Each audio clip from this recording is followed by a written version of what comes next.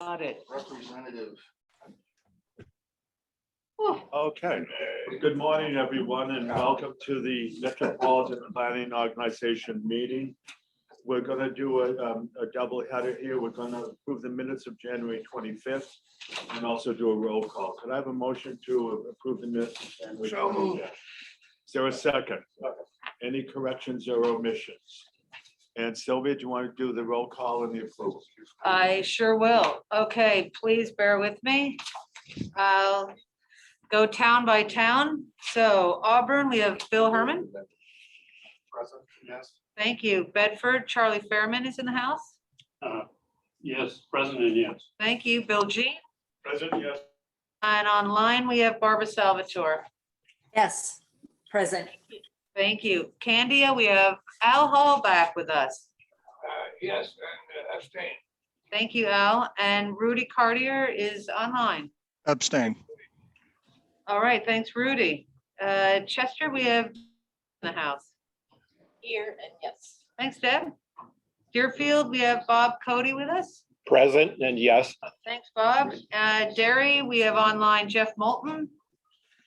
Here and yes. Thank you. And we have John O'Connor online. Present and yes. Thanks, John. Francistown, we have Linda Kuhnhart with us. Present and yes. Thanks, Linda. Goffstown, LaFontaine. Present and yes. Thanks, Jacob. Thanks for being here. Anyone else from Goffstown I might have missed? All right. From Londonderry online, we have Deb Levins Present and yes. and Arthur Rugg.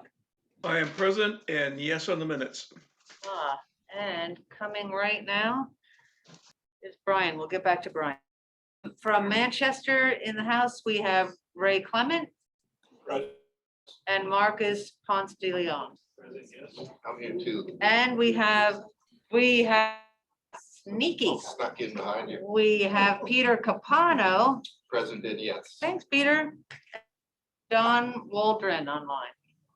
Present and yes. Thanks, Don. From New Boston, we have Mark Sunan. Present and yes. Thanks, Mark. From Ware, Tom Clow. Here, yes. Thanks, Tom. Wyndham in the house, Peter Griffin. Present and yes. Sorry. And John Hill. Present and yes. Did I miss anyone from a community?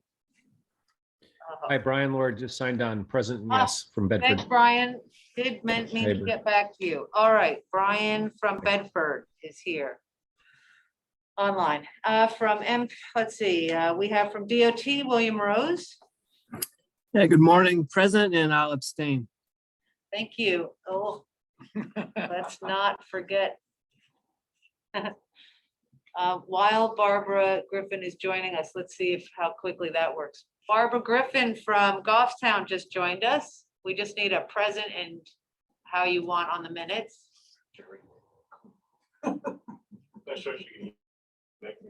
All right, let's wait for Barbara.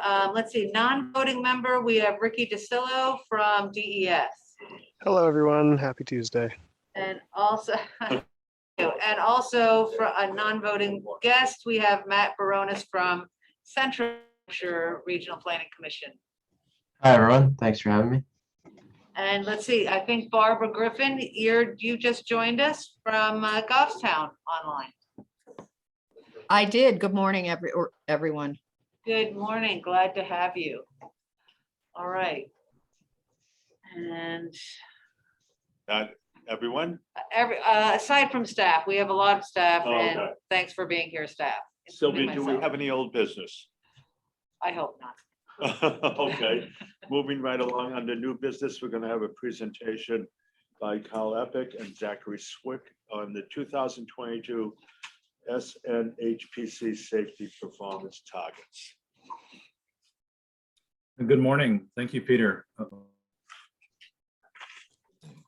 Good morning. Can you guys hear me okay? Yes. All right. I'm using different headset. Hopefully this is a little bit more clear. Again, my name is Carl Eppich. I'm Principal Transportation Planner with the Commission. And Zach and I I believe we gave a brief presentation of this overview last month. Is that correct? This is the safety performance targets, and I'm going to go for sharing my screen, which I need Sylvia to allow me to do. And we have a brief presentation to go over that which we talked about last month on the performance targets. Am I able to share now? Let's see. It still says I cannot.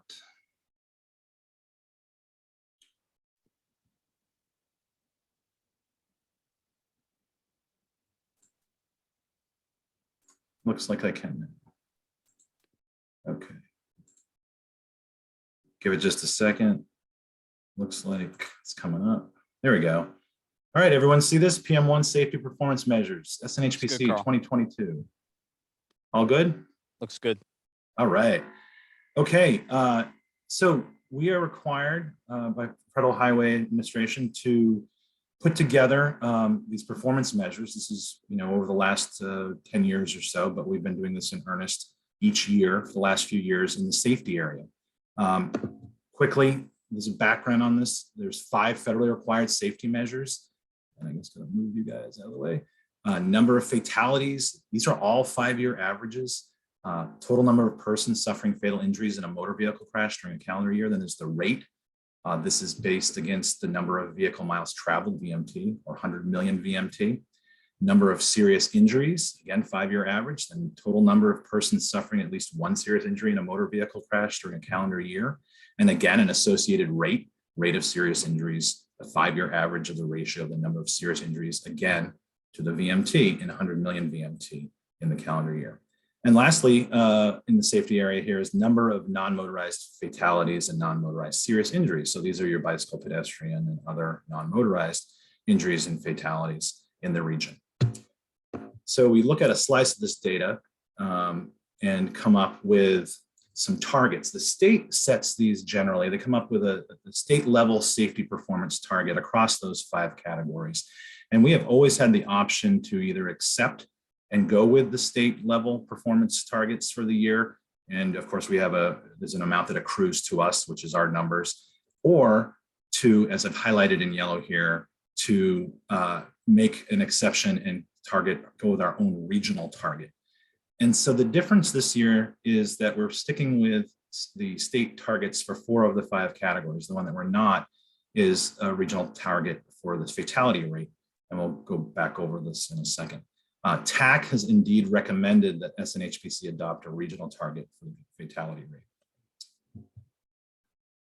So here is, again, a small chart that kind of gives you a summary. The safety measures are on the far left.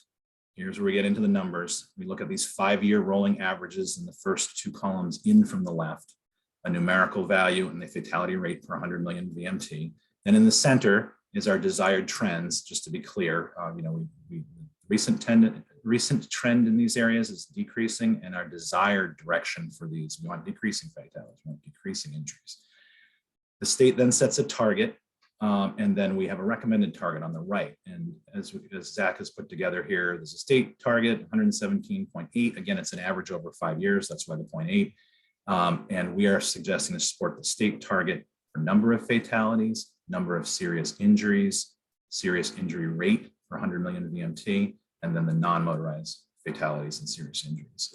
And you can see 19 is the target number for number of fatalities, 95 for serious injuries, and 10 within the region for non-motorized. We've highlighted the yellow fatality rate per 100 million VMT to adopt a regional target of 0.75. And you may recall, I think this is the slide.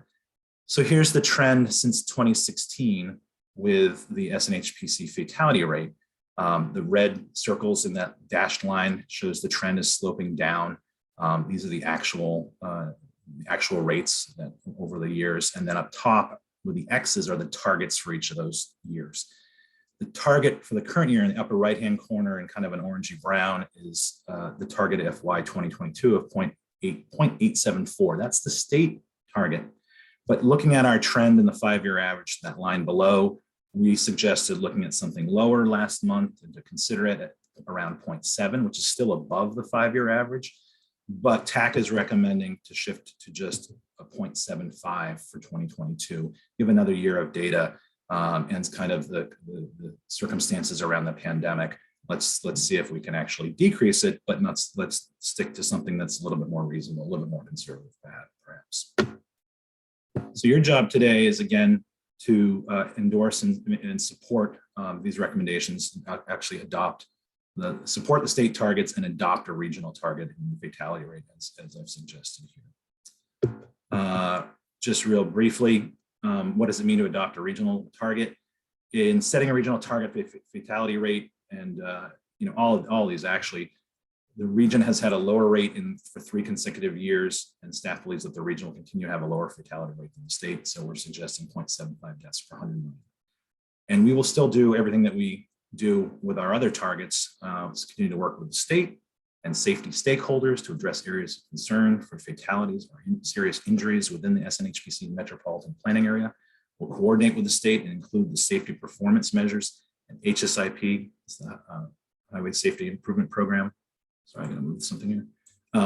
Targets for all public roads in the metropolitan area in the SNHPC long-range transportation plan, and integrate into the MTP planning process the safety goals, objectives, performance measures, and targets described in other state safety transportation plans and processes, such as applicable portions of the HSIP, including strategic safety plan.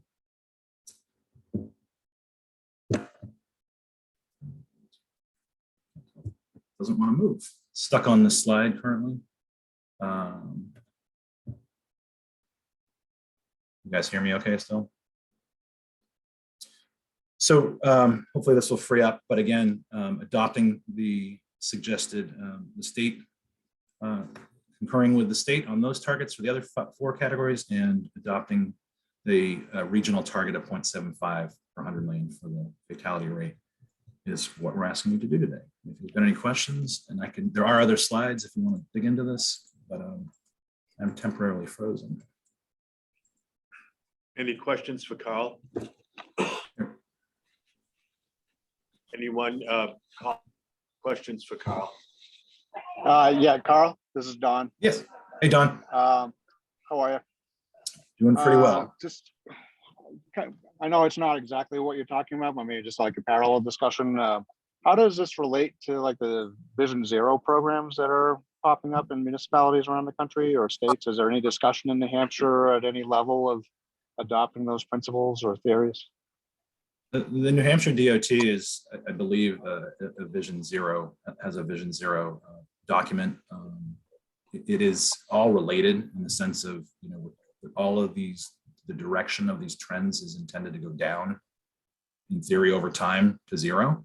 That's, I think, part of the reason Federal Highway developed these performance targets in the area of safety is, how do we know what our investments are doing and where we still have problems, and are the investments we're making the roadways, travelways, everything for even for vulnerable users, non-motorized vehicles, safer over time. And if the trends start to click up or are flat for too long, then I think the idea would be justification for more investment and targeted, both targeted and systemic, meaning broad applications like rumble strips and things like that. There's a lot that goes into safety that can be done systemically across the entire network, across the entire system. But then also there needs to be specific funds, which we do through HSIP, intersection improvements, adding roundabouts, all that. So it's a long-term game or strategy. And performance targets is certainly part of the metrics and ensuring that the investments are actually having some impact in reducing fatalities and severe injuries. Barbara Salvatore, I believe you're next. Thank you. I'm curious, are there any measurements or following of road rage? Because that seems to have increased during the pandemic and certainly could have an impact on some of these metrics. Thank you. Yeah, road rage. I just was talking with somebody about how speeding increased dramatically. A friend of mine who's in insurance during the pandemic, the highways being vacant, the total number of injuries and deaths decreased, but the severity of the crashes went through the roof. So, doing, how do I say it? Safety in how people act in their vehicles is certainly something that needs to be tracked, and it's not built in, I would say, to the current performance measures. I think there's strategies around that, but not really at the federal highway, the transportation system level. You know, I'm not sure if Nate or anybody else here, William, would have anything more to speak to. You know, driver behavior is certainly an issue with, you know, distracted driving, with substances, with just an overall stress in society these days, I think is what you're talking about, Barbara. But I'm not aware of any specific programs that address, you know, that kind of behavior. Autonomous vehicles, you know, will hopefully be able to mitigate some of that. You know, we see a little bit of autonomy components and systems in vehicles, something that can calm people down. I mean, I'm being a little bit funny here, but I think that that's going to be key, is having some way to for the vehicle itself to be able to sense when the operator is, let's just not say in a more fragile state of mind, perhaps, but I'm not aware of anything else. Anybody else? Any other A good questions? suggestion, Barbara. Though. Any other, someone remote or in the room? Kyle, do you have additional slides you'd like to go through? Or? Yeah, well, there weren't any, I don't think there were any additional that were necessary. I did want to try and get back up just to give you guys that to look at. Hold on just a second. Let me try it again. I think that it's still stuck. There we go. Good God. Yeah, that was the end of the presentation, but we know we have more data points in here. This is from the previous presentation, if anybody wanted to get into them. Kyle, do you need a vote on this? Yes. That's right. I'll make a motion that we adopt the 2020 SNHPC safety performance targets as presented. Second. Motion is second. All those in favor, please raise your hands. All those opposed? Any abstentions? It is in the affirmative. Kyle, thank you very much. Thank you all for your time on this one. Thanks very much. If we could just get a thumbs up from the audience and the virtual audience to make sure we have a vote from everyone there. Okay, I'm seeing thumbs up, thumbs up, thumbs up. Thank you, Rudy, Brian Lord, William Rose. We have, thank you. Did I see Barbara Salvatore or Barbara Griffin? There. Thank you, everybody. Got it. All right, Linda, you got all that? Pathways to Play project overview, and that's be presented by Cameron and Tam. And just to acknowledge, we now have Fred McGarry from Deerfield that's joined us. Thank you, Fred.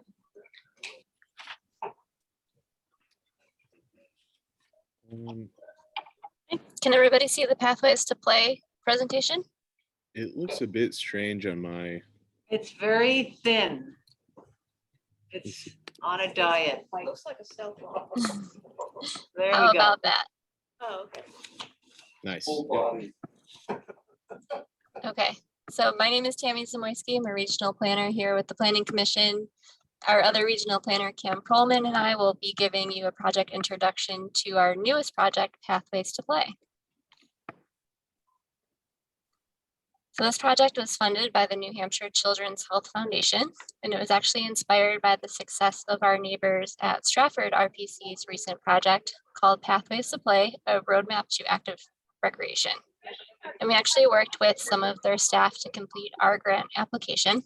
So many of our project deliverables will be similar, but we did make some changes, such as adding a stakeholder survey. Both of these projects align with the priorities of the New Hampshire Children's Health Foundation, which are to prevent childhood obesity in children up to age 5, and to build support for state and local policies and practices to prevent childhood obesity. So as a result of our project, communities will have improved data and maps that they can use to promote recreation opportunities across the region.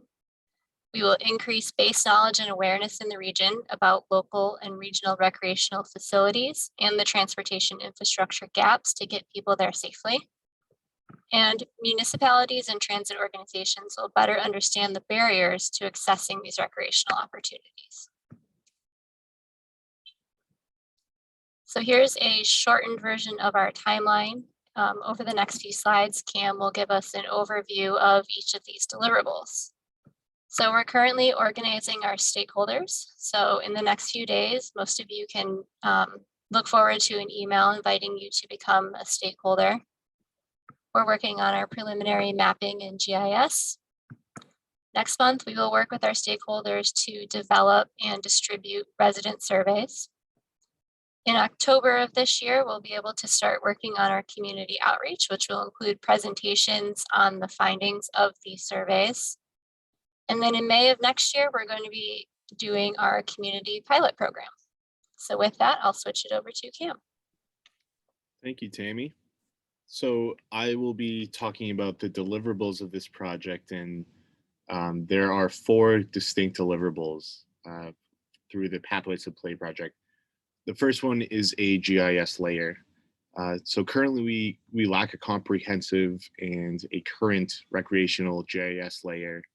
So Zach Swick in our office will be taking this on, and he'll be working with municipal stakeholders to ensure accurate data is reflected in the layer. And ultimately this layer will turn into an interactive online GIS map.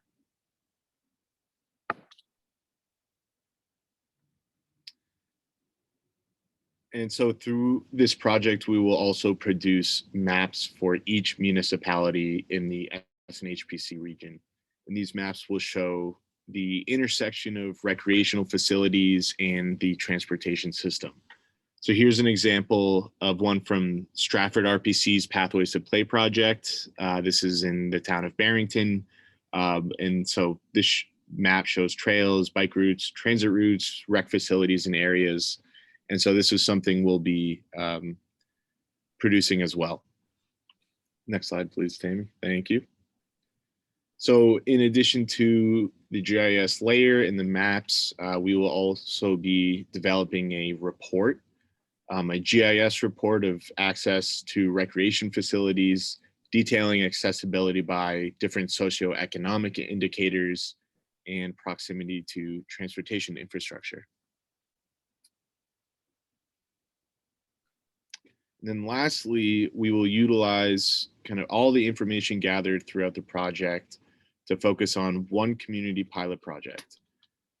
And while the project will cater to the wants and needs of the pilot community, it's anticipated that the project will result in a written report, which will include recommendations for capital improvements, which will be vetted through project and municipal stakeholders. And so with that, we ask that as MPO members, as folks representing your communities or organizations, that you will consider representing those groups on the Pathways to Play stakeholder group. So this group will ensure meaningful community input, will help direct the success of the project. And so similar to the Becoming Age Friendly program, the Pathways to Play stakeholder group will also help solicit and select the pilot community.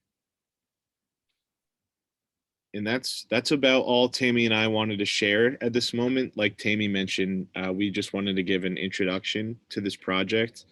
We're really excited about it. It's a fun project, and I think with your help, this could we could produce some really neat maps and resources for our communities. So thank you. Tammy, are you accepting questions now?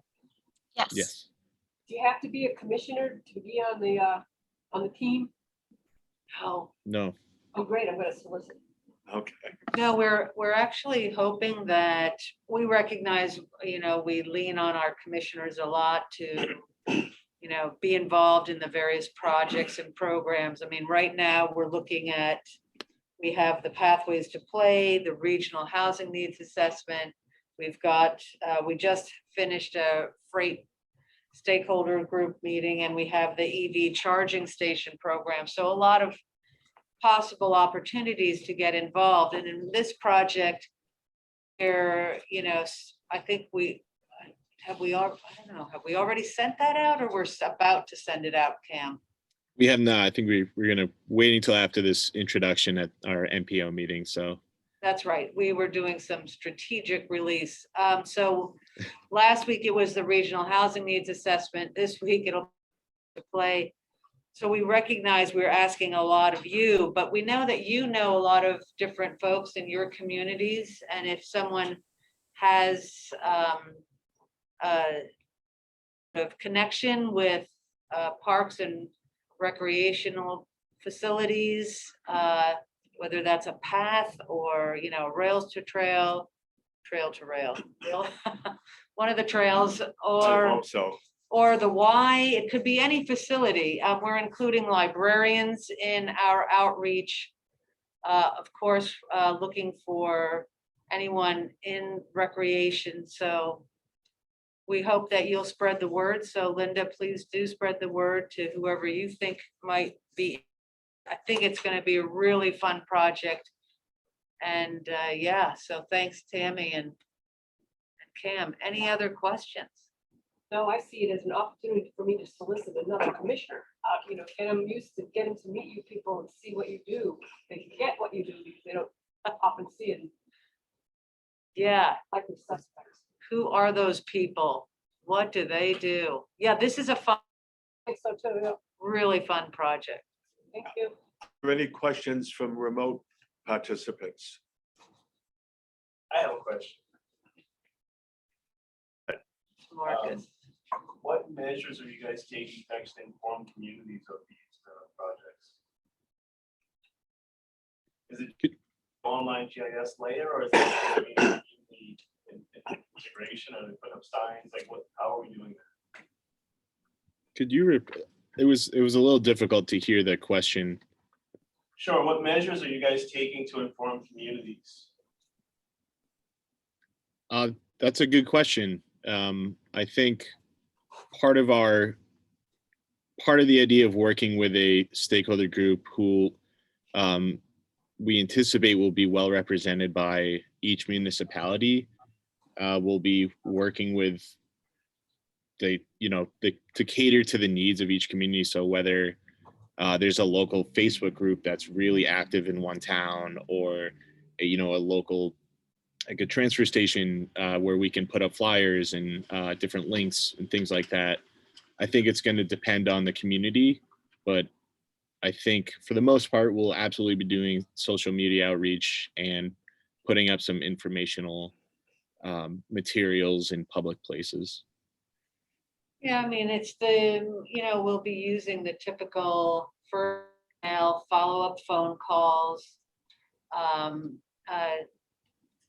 if you'd be putting out mark like the rail trail throughout communities that people who aren't online might be or be aware that they're going on. Yeah, well, if this didn't have such a budget, we could probably do more, but we will use the usual channels, and then we're hoping once we have our group, we'll be able to have those folks do more outreach. So the stakeholder group, we're intending that they will help guide the project. So if they recommend something specific for their community, we'll try to make sure we incorporate that. So we have one more question. Oh, I'm sorry. Go right ahead. I think I know we've got like Manchester, and then we've got, Francistown, as far as the breadth of communities that have access to, public transportation and everything. But I would imagine, I know in Chester we have story times and stuff like that. Yeah. Every library has, some sort of to a lower age groups. And, that may be, a really good way to get the word out to people who don't necessarily do, social media and stuff like that. But there's moms groups through the library and stuff like that. No, absolutely. We recognize the librarians are key for this. Because unlike the age-friendly program, as you may remember, really focused in on millennials and on elderly. So this is all the way at the other end of the spectrum, the 0 to 5. And so certainly libraries are going to be crucial, as well as parks and rec directors. And so, yeah, we definitely are including them in our outreach. Sylvia, how many individuals are you looking at to reach town as far as stakeholders? I don't think we put a limitation on. I mean, the more the merrier, although you'd like to have, if I could get, a stakeholders group of about 10 individuals, that's usually a good number. But, I'm sure some agencies represented, we're reaching out to also agencies versus communities. So like the Y, for example. I'm not sure. Kim and Tammy, did you have an idea on the number? No, I think you're right. I mean, we also have to remember we will be working closely with like municipal staff or let's say like recreation committees or things like that throughout the entire process. So, if we don't have 14 municipal kind of representation members on the stakeholder group, I think they will be well represented regardless. But yeah, I think we haven't set a number, just to answer your question. Okay. Any additional questions? Yes, sir. Since this program is going after obesity in the young 1 to 5, I believe that's going to vary tremendously from community to community. So are you collecting, do you have the data from community at this point, percent of children, number of children, anything that you're targeting? Or are you planning to collect that as a start of the program? That's a great question. We will be collecting it kind of at the beginning of this. That will be reflected in our GIS report, where we will be looking at different indicators like that. So we haven't started yet, but that will be a part of one of our deliverables. You agree that it's going to vary tremendously from community to community, though. Right. No, you're right. It's very much into culture. Culture, available nutrition. Yeah, both of the community and people in the community and all that. Each community has their own identity and their own demographics. Yeah, So. yeah. Any additional questions remotely or in the room? Not seeing anyone wish to speak. Thank you both for. Al has. Oh, I'm sorry. Excuse me, Al. Just question on some of these kids. That's my impression is that all these kids are born with they call them cell phones or what do you call them? Born with when it comes out of the womb. To have something program focused, what I call little like the computer plays always. Whenever I see kids up to 5 years old and even younger, they've always got one of those things in their hands, and to me, to learn, you've got to have face-to-face stuff, and in absence of that, you've got to have some program within that little, my terms, play toy that they play with all the time. Do you have any thoughts on that, Cam?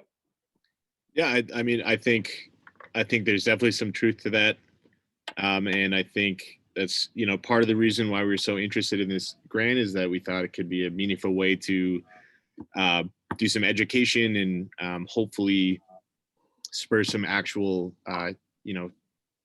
infrastructure changes in our communities that could, eventually help what we're looking at, which is the obesity rates for children up to age 5. That'd be great, Cam. Well, I can assure you that this program will make headline news if we find any woman that has given birth and a cell phone appeared. So, oh, sure. Okay. Not seeing anyone wish to speak. Yes.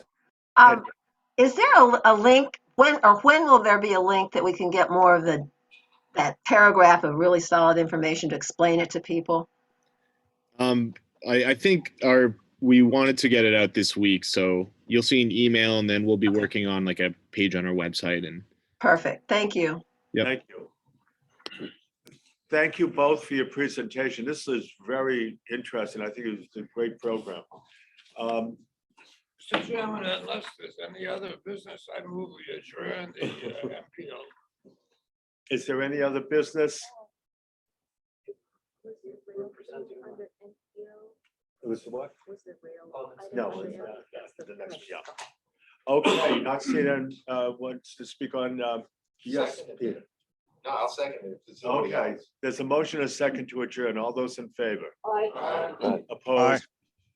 Any abstentions? Do you just want to hang out? No, okay. Let me call to order Southern New Hampshire Planning Commission. We'll do another two for again, the actions on the minutes and the and the roll call. I would move. Al has made the motion to approve. Is there a second? Yes, there's a second. Okay, Sylvia? Okay, we have Bill Hopper. Yes. At Bedford, Charlie Fair Yes. and Bill Jean. Yes. Online, we have Barbara Salvatore Yes. and Brian Lord. Yes.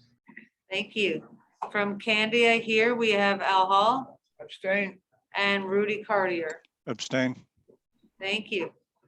From Chester, we have Deb Munson. Yes. From Deerfield, we have Bob Cody Yes. and Fred McGarry. Yes. Thanks, Fred. From Derry online, we have Jeff Moulton. Is Jeff still here? Yes. Thank you, Jeff. And John O'Connor. Yes. Thanks, John.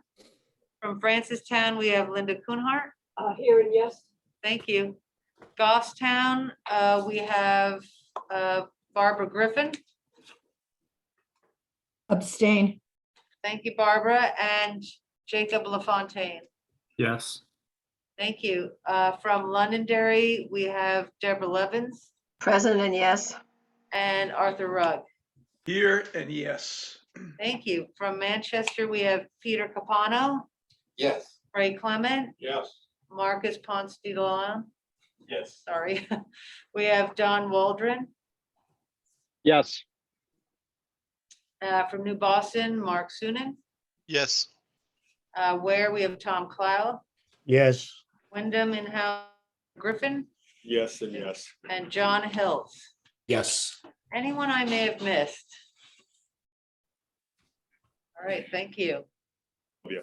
Moving on to new business, we have a presentation by James Vayo on the Regional Housing Needs Assessment.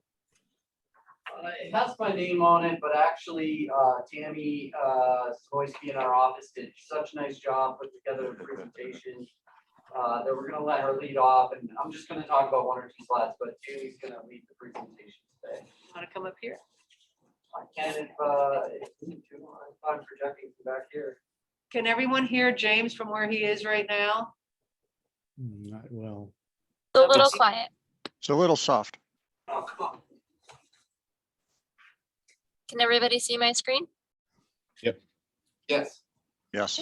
Great. So we are going to give you an introduction to the Regional Housing Needs Assessment. This will be the 2022 update for our region. So a housing needs assessment provides current, regional, and local data on housing needs. And this project will also fulfill RSA 36, 47, 2 statutory requirements. And if you're unfamiliar with those, it says that each regional planning commission shall compile a regional housing needs assessment, which shall include an assessment of the regional need for housing and persons of families of all levels of income. The regional housing needs assessment shall be updated every 5 years and made available to all municipalities in the planning region. So this is actually a statewide collaboration that was initiated by New Hampshire's State Office of Planning and Development, or OPD. It's utilizing ARPA funds, which all need to be spent by the end of this year. And although this is a statewide effort, each RPC will be updating their own assessment. So all of the 9 RPCs in the state and the OPD are working together to maximize our efficiency by sharing all of the resources that we have. So we've actually formed 9 different subcommittees. We have a survey common questions committee, outreach tips and tricks, existing conditions data development, current housing needs projections, fair share allocation methodology, housing choices, opportunities and barriers, a toolbox committee, and communities of interest, concern, and segregation. So together, we're going to be leveraging all of the work that the other RPCs have recently completed. Like you may remember the Keys to the Valley project, which the Upper Valley Lake Seneca Regional Planning Commission presented on last month. So far already, we've come up with copy for press releases, websites, surveys, and other outreach tools. And we're also working to share data, market studies, and finds on regional trends. So regionally here at the SNHPC, we will be working on an analysis of historical and existing conditions and trends. And then we'll do the same for future conditions and trends. We'll study affordable and equitable housing choice opportunities and barriers, as well as providing resources for meeting the local housing needs that we identify. So outreach is going to be a huge component of this project. We've already developed a number of different surveys, including a general public survey in both English and Spanish, an employer survey, and we are working on one for property owners and managers. We'll be leading a number of focus group discussions for folks like yourselves, as well as community groups, housing authorities, housing providers, colleges, anybody who knows about housing issues in their community. We've also put together a great project webpage, which I'll pull up in a few minutes. That'll include all of the project information, the survey links, and any documents that we produce so that they're available to the public. We also have a strong communication strategy. So I think all of you probably by now have received a direct email from us with a stakeholder invite. We also have a social media strategy that we will begin pushing out after this meeting today. And if you haven't seen it already, we've sent out a bunch of different press releases around the state and to our local publications as well. So now we'll talk about some of the different products of the final assessment. So one section will look at existing conditions and historic trends. So that will include demographic and socioeconomic trends. We'll look at communities of interest, housing unit trends and characteristics, as well as workforce and affordable housing. We will also look at housing supply, affordability, and cost projections for the future.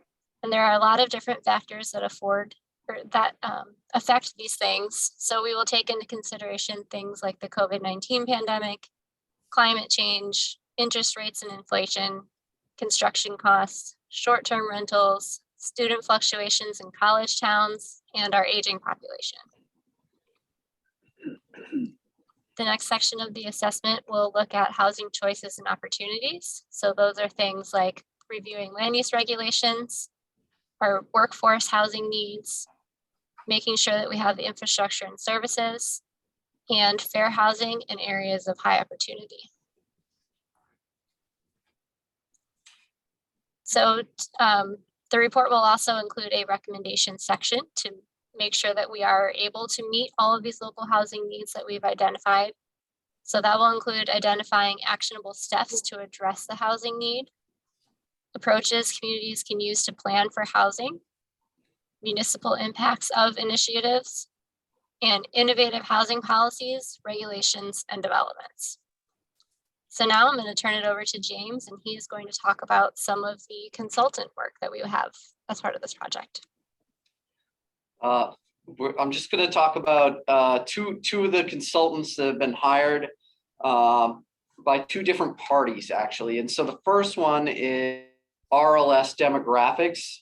RLS Demographics has been hired by New Hampshire Housing on behalf of completing their own statewide housing needs assessment, which has a slightly different scope than what we're doing at the Regional Planning Commission level. So they're not to be confused. But because RLS is doing this housing projections work, we're able to leverage and use that for our own housing needs assessment.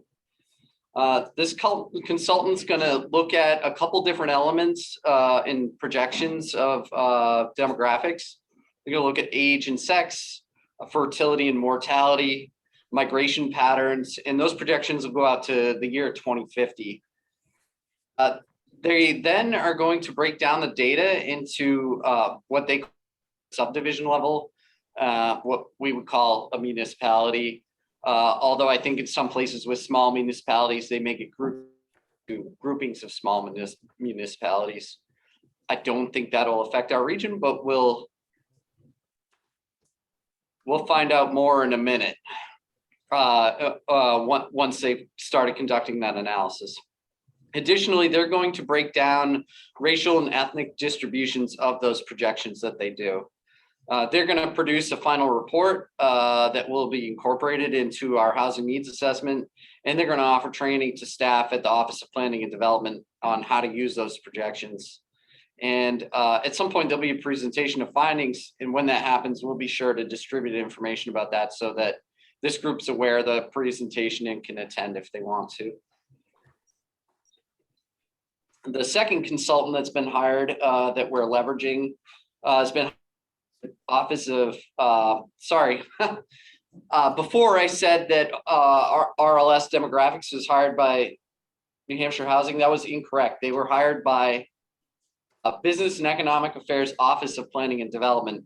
I confused the two. Root Policy Research here has been hired by New Hampshire Housing to do the statewide housing needs assessment, again, which is a different scope what we're doing as a regional planning level. So sorry about that confusion. And so their scope of work is to do an analysis on housing needs. Next slide, Tammy. And so that analysis and research will be an overview of the market and the needs of the market, the impact that the COVID-19 pandemic has had on the housing for our state and our region, and then forecasting of the future need.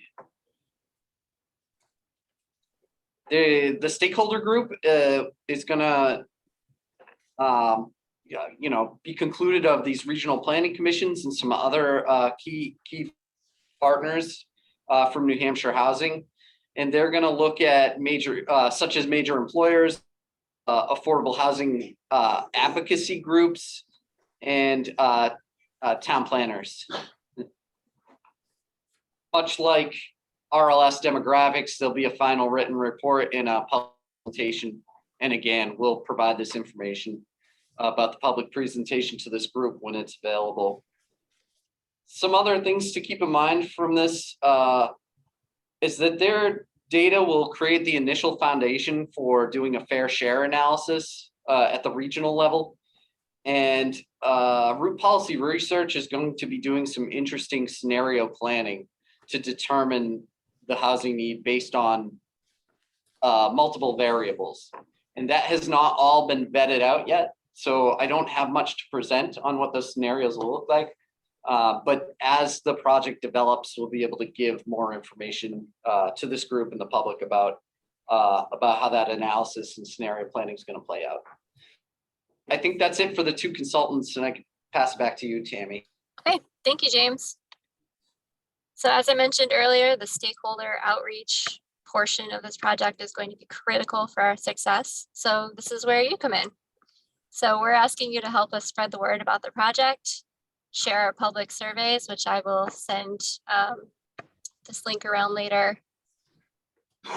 Attend our focus group conversations, and you can sign up for updates. So I will open this website.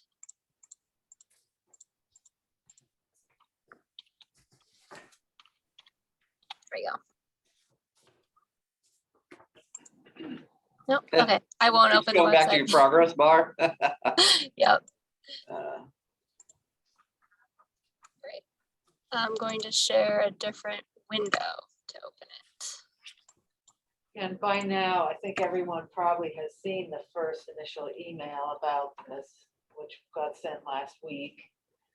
And that to the survey and the webpage and all of that. I encourage everyone, all the commission members, that if you do receive it, to forward that to your local planning office, economic development, just to make them aware of what's going on in your town administrator, because it's very important to disseminate as much information as possible. Yeah, thanks, Peter. We have blind copied the greater group so that you probably don't see who I've sent it to, but I have sent it to community planners and the town administrators and those sorts, but it's still great if you can forward it. And so we want as many people in our communities to fill it out, or we want like. Yeah. The survey, yes. Yeah, there's two big elements. There's the general public survey, and so we'd like to distribute that as far and wide as possible. There's also a button on this webpage to sign up for updates. And so in as much as people have an interest in housing, and many people do have an interest in the future of housing, we suggest that people sign up for notifications so that as the project progresses and we have new content page, people will get an email showing them that, hey, a new file has been added, a new file link has been added, or a new section has been added to this website. And so what you see here is pretty brief in content because we're just getting started. But as this content, the consultant work gets done, as some of our sections become matured, we'll put content up here on this webpage to let people know where we are in the process. Tammy, can you start with the commission's homepage? So everyone can see how they can link into this. Okay. Can you still see that tab? Yes. Okay, perfect. So when you go to our homepage, we made it nice and easy for you. Put a huge button right here, Regional Housing Needs Assessment. If you click on that, it'll take you right to our project page. And as I mentioned before, this has a little bit of information about the project as a whole. And then there are also ways to get involved. So we have the general public survey in English and Spanish, the employer survey, and then an opportunity to sign up for notifications. Any additional questions for Tammy or James? This is really great. Good job. So I had given you some feedback already, James. The survey was not very user friendly in terms of both its length and the mechanics of it. If we're looking at the average community user to fill the survey out, when you're doing it on a mobile device and you have to categorize which ones are more important, 29 questions also, but you have to just categorize which one is more important. If you screw up on that at any level, it just sets back to 1, 2, 3, 4, 5. And so it can be very frustrating to fill out. That's just, again, the feedback that you and I had briefly discussed.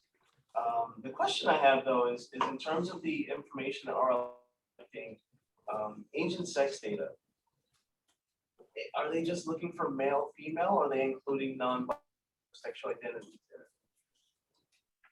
Better than that, I'm sorry, are we using all those identities or not? No, the data really is census dependent. And so what it does is it takes census data and then combines it with fertility and the known sex at birth for fertility data. And then it projects out using that information. So, there are certainly other categories there, but the way the methodology is planned, it really just identifies on a binary level. Okay, but in terms of housing needs, I mean, the non-binary trans community faces quite a bit of difficulty getting housing in our state. Yeah, so in the communities of interest, that group will certainly be identified. And there'll be discussion about the contextual issues that they face and the discrete needs that community has. And so it's one way to think of it is there's like qualitative analysis and quantitative analysis. So the quantitative analysis doesn't really care age, gender, it just runs the numbers and spits out a projection. But the qualitative analysis will certainly want to take into consideration the unique face in attaining housing. Thank you. Any, yes, go right ahead. Predicting housing needs in the future right now going to be particularly difficult because of the new migration trends that history doesn't include. There are two different ones. There's the climate change, conventional, which is really a one-directional migration towards the northeast. The second one I read about last week is right now there's a huge migration in and out.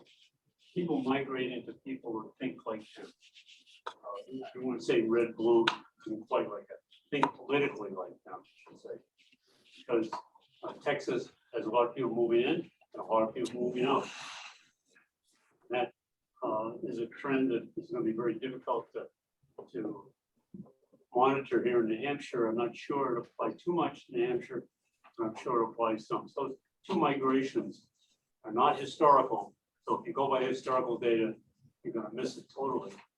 And let's make that comment that I think you're going to be really careful to figure out those migrations. A lot of people come in here because of climate change right now. You know, several couples, families are moved here strictly because they're from out west because of the smoke, from the smoke, from the fires in California, and moving into New Hampshire. And that type of migration is very real. It's going to continue.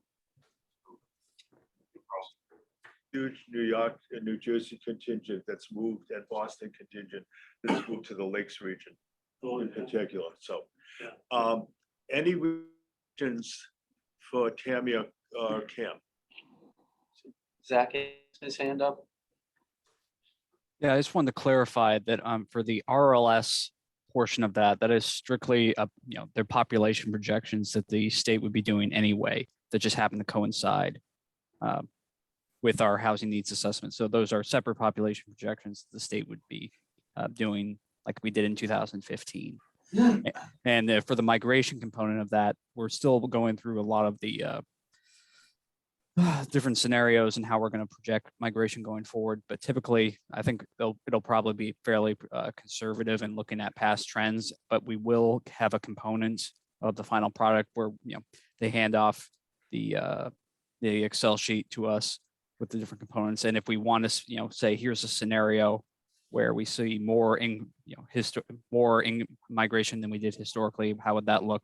We'll be able to play around with it a little bit. Okay. I got one more. Go right ahead. Is the report strictly a numbers report of the projected need, or are they gonna look at that part where we see this huge new increase in need? But we got no builders and no plumbers and no electricians because nobody wants to go. Is it gonna have a, how are we gonna meet the need aspect, or is it strictly? Yeah, so the report's broken down into about 9 or 10 sections. And 2 of those sections will really be looking at how to meet need. It's the recommendations and tool, but what we're calling collectively as RPCs a toolbox section. So to hand over a suite of solutions that can be used, and they can cut across all kinds of things, like the type of patterns that we see, or the type of that towns adopt. And the other is housing opportunity areas and housing choice. And that area is less about making direct recommendations, but talking about the places where advancements in housing might yield the greatest results. I think more specifics for a question, in terms of the resources that a particular area has to utilize, is that going to be something that's included in that report or no? Can you? Sure. So building professionals, individuals that will undertake the work that needs to be done. That information will be included in the report anywhere. Or Well, we're gonna reach out to that group and talk to them about what barriers they're running into in building housing, and we're gonna report out on that. the builders. Yes. Sure. We don't, in the report, we'll be able to identify these issues, but we won't, and we'll be able to identify potential solutions, but we won't have. The thing that's really important to note about the RPC is we don't have any kind of police power over what people build for housing. So this report is really the best thing that come out of this report is if for it to be an asset for municipalities to use in addressing their housing need. And to some level, maybe the way the state looks at housing needs and their own policies around housing. And so we're a bit of the messenger, so. Sure, but I think, again, more specific to our question, housing ownership right now, for example, it's very difficult for plumbers and other qualified professionals because they're so booked out. So you guys are providing that this is what we need, and then there's no one to actually do the work. Where do we go for guidance on that? Yeah, I think the recommendation might be more like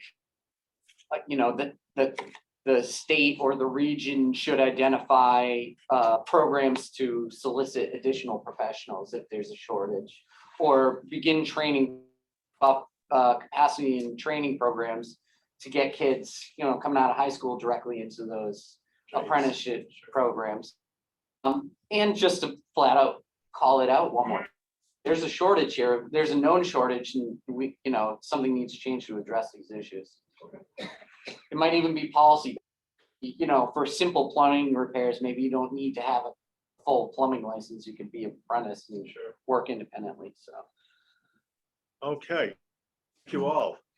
We're now to the public comment period. Is there anyone from the public? Yes. Thank you, Peter. Question, we have all those solar panels that's in your Manchester dump. I was wondering if we could get a tour. Get a tour of how those things tie in to the grid, how it's set up and how they operate the grid, how they generate. Use that word. I'll look into that, Ray. I'll contact the folks. So that's at the landfill. I'd go to that. Are there any additional commissioner insights? I will have something in a minute from remote participants. Anyone in-house? Okay, I will make my comments. Just a couple of things. I think they had a great presentation of programs, not only today, but other days. And to make sure that the community knows what's the update, the contact list that Linda uses, it needs to be constantly updated. So if you could make her aware of any new changes in staff in your local communities, people you should be added that would be benefit to the distribution of the information on the programs. She does a great job in doing that, but I know, for instance, in Windham, our whole new community development department just turned over, like I think 80% of it. And I forwarded Linda those names, but that may be the situation in a number of communities, or you might have to change in one or two. Part two of it, the pizza was great today. I'm sorry for those of you in the remote are not able to share it here. The staff will be very happy because there'll be more for them. And part three, I'm going to editorialize a little bit. We were fortunate in 2018 to have Commissioner Victoria Sheehan speak about I-93. And at that time, she stated that once it was widened, which was last year, it would not be widened again. And so leave it to me. I asked her when the capacity, and she thought 2030 to 35. Other business people have said, well, it could be as soon as 2025. A few weeks ago, we had a horrific ice storm in New Hampshire that shut down every major highway, Route 3, Route 93, Route 95, Route 4, Route 89. You couldn't move. Now, what has happened in those interim years is that the Capital Corridor project is moving forward.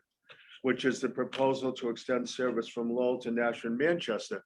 But concurrent with that is there's a bill going through the House, which the legislature, which I would like Nate to comment on. Okay, yeah. So I Nate, don't you may know. want to come closer to the mic. It's so far away from you. The bill Peter is referencing is House Bill 1432. It is basically a one-sentence bill that says, no state fund shall be appropriated or expended for the planning, construction, operation, or management of passenger rail projects, including the project named Nashua, Manchester, Concord, which is the Capital Corridor. That's basically it. It's basically a prohibition. This bill would be a prohibition over the use of any state funding for any purpose related to any passenger rail projects. So it was assigned to the Public Works and Highways Committee. There was, I believe, an ought to pass motion related to this bill that failed on a tie vote. I think ultimately this bill will go to the House floor with no recommendation scheduled for. But Peter did ask that I just mentioned this bill and kind of its intent, and that's what it is, House Bill 1432.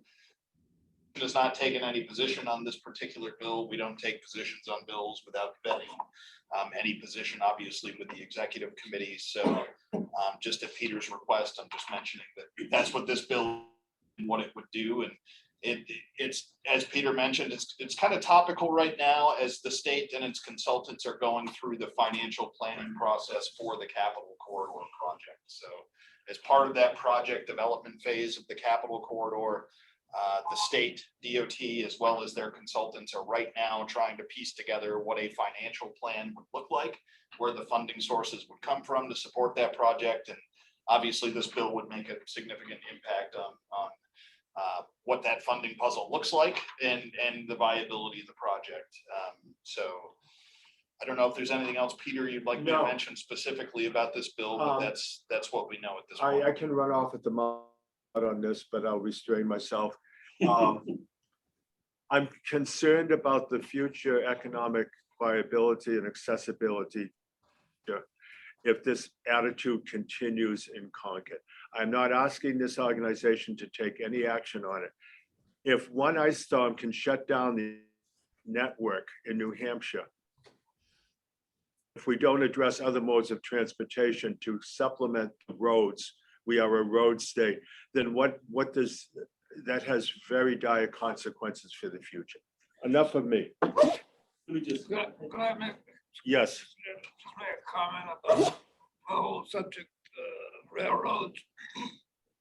If you look back in history, the ski industry, which today is a multi-million-dollar, was, in my terms, infamous. The Boston to Conway, I guess, up that way, the ski trains every winter. And it's sort of crisscross. Some people want that back. Well, I can, we take no position, but I just throw it out for comment that we're trying to improve the auto industry by getting that Manchester to Boston 93 just completed. It's just been completed, but we all know that roads do reach capacity again. Anyway, any other commissioner insights? I just have a. Yes, sir. Quick question. Yeah, didn't go to Department of Transportation. Seems an odd committee for that to go to. Rather than Public Works. Transportation Committee. That is the Transportation Committee of the House.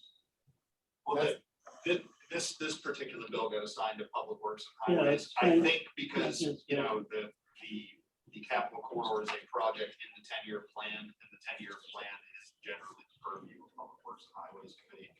Whereas issues like registration and licensing tend to be more the Transportation Committee, but perhaps that's why it got assigned there. I just see that is strange. That's all. Thank you. You're welcome. Unless there are any other questions, or I take a motion to adjourn. And is there a second? All those in favor? Aye. And remote participants, thumbs up, please. Thumbs up. Thank you, everyone. Thank you all for participating. We'll see you next month.